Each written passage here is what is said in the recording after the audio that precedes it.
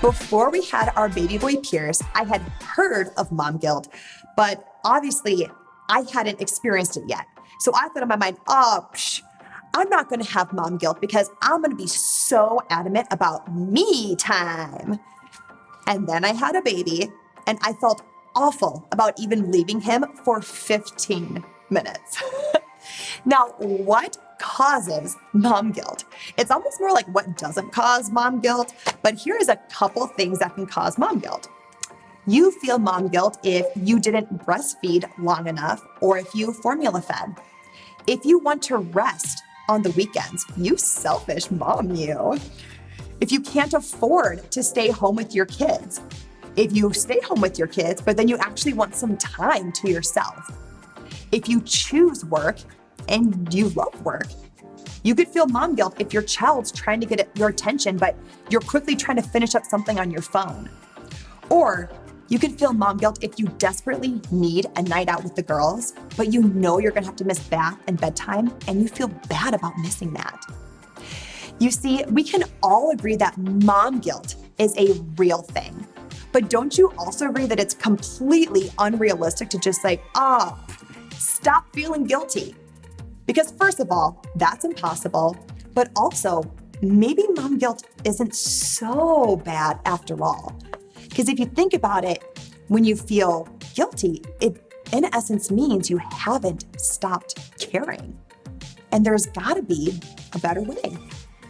So it may be completely impossible to totally banish mom guilt out of your life, but you know what? There are a couple key ways to start unleashing the control that mom guilt has over you. For me, there are 3 key ways that has helped me unleash the mom guilt.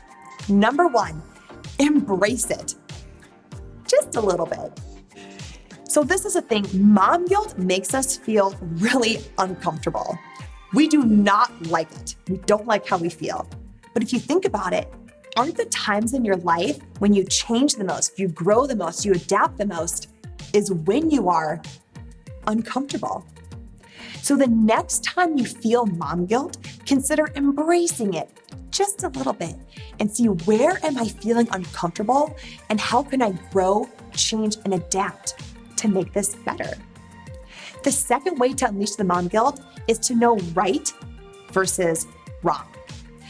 Now, let me ask you this. When it gets to the end of a long day and you're rehashing how your day was, what weighs heavier on your heart? When you lost your temper and you yelled at your kids, or when you made your child giggle? I mean, I know for me, I would probably be thinking more of what I did wrong and when I lost my temper versus what I did right. But actually, that's totally incorrect thinking.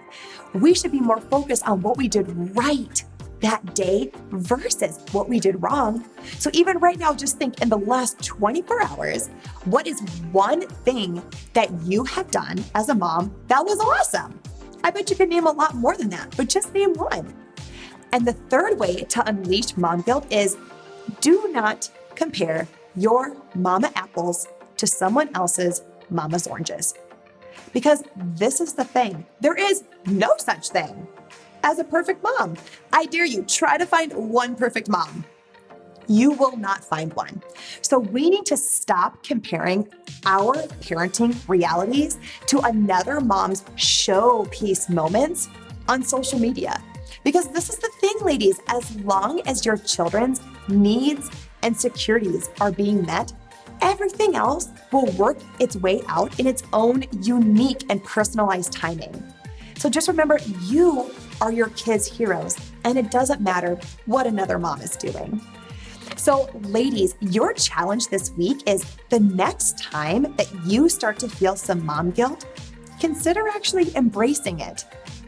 Just a little bit. And remember that you are the best mama ever for your baby and no one else.